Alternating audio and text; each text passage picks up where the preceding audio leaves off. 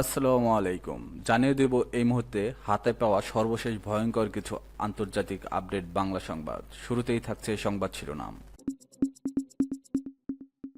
শুরুতেই জানিয়ে দেব ইসরায়েলে কতটি ক্ষেপণাস্ত্র ছুড়ল ইরান।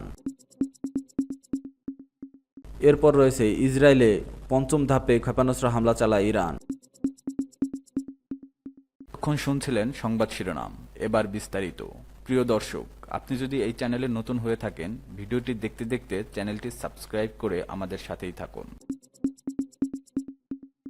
ইসরায়েলে কতটা ক্ষেপণাস্ত্র ছুড়ল ইরান? ইরান শুক্রবার সন্ধ্যা থেকে এখন পর্যন্ত পঞ্চম দফায় ইসরায়েলের দিকে 150-এর বেশি ক্ষেপণাস্ত্র নিক্ষেপ করেছে।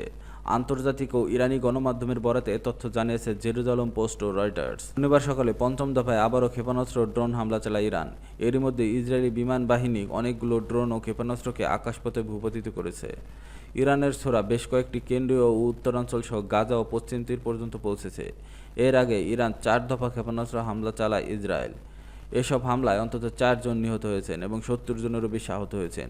নিহতদের মধ্যে 2 জন ইসরায়েলি কেন্দ্রীয় জেলা ছিলেন, যাদের মৃতদেহ ধ্বংসস্তূপের নিচ থেকে উদ্ধার করা হয়। এখনও একটি 2 মাসের শিশুর ধ্বংসস্তূপের নিচে আটকা থাকার আশঙ্কা রয়েছে। তেহরান ও রামাত গান এলাকায় ইরানের ক্ষেপণাস্ত্র হামলায় বড় ধরনের ক্ষয়ক্ষতি হয়েছে।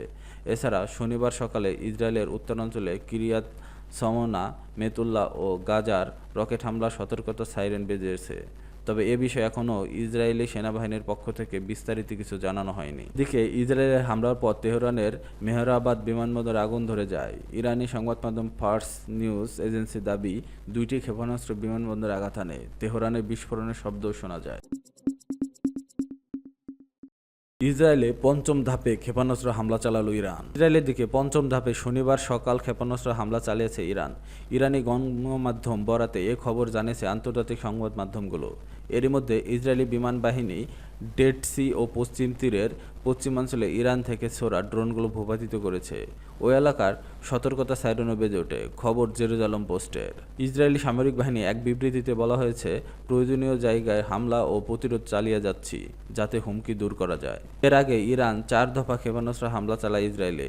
এসব হামলায় অন্তত 4 জন নিহত হয়েছেন এবং 70 জনের বেশি আহত হয়েছেন।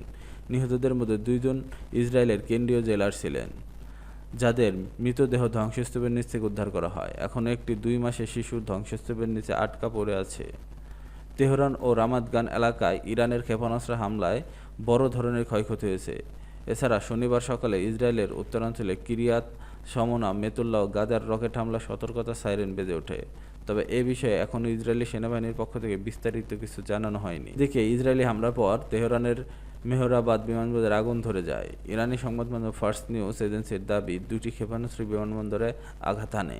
তেহরানের বিস্ফোরণের শব্দ শোনা যায়। শুক্রবার সন্ধ্যার পর থেকে ইরান এখনও পর্যন্ত 150-টিরও বেশি ক্ষেপণাস্ত্র ইসরায়েলের দিকে ছুটেছে বলে জানা গেছে।